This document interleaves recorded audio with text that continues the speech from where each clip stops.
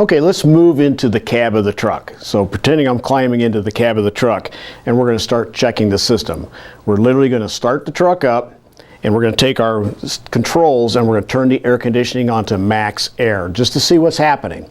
Things we're going to be looking for is on our switch. First of all, we want to be able to determine that when we turn the switch on that we can notice anything's coming. Now, one of the ways we can tell is we can put a gauge, a thermometer gauge into the vents.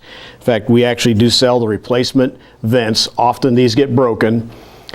And one way you can tell if you have an effective air conditioning system is if the person that's sitting in that compartment doesn't notice it.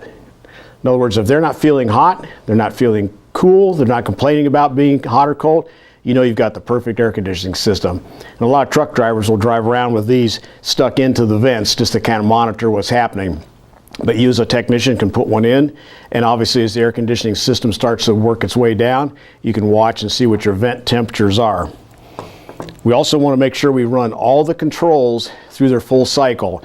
Fan switches, let me do that one over again. Fan switches may have multiple positions. Some have 2, some have 3, some have 4. You want to make sure that you can audibly hear the fan moving into different speeds. You also will have a thermostat control. Some of them are fixed, some have a slide bar, some have a knob, but you want to make sure that if it is a slide bar, if it's a knob, that again it's moving very smoothly without any resistance. Some of the things that we'll be looking at are some of the resistors that go underneath. A lot of these have to do with your blower control or for your heater controls, but we have all these different switches. We'll also want to check to make sure that if we put it into the heat position, that our heater core would actually be getting water in. Now, very often in our air conditioning system, the heater core and the evaporator sit side by side with each other, and there's nothing but a blend air door that open and close. Now, this particular system literally shuts the water off to the heater core, but a lot of the newer trucks, the heater core runs full time, so a blend air door separates the two. You don't want the blend air door to not seal properly when the heater's core is running while you're trying to air condition.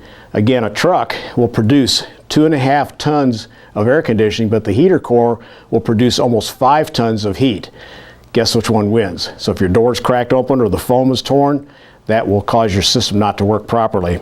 So again, they have blend air door activators that cause that to open and close.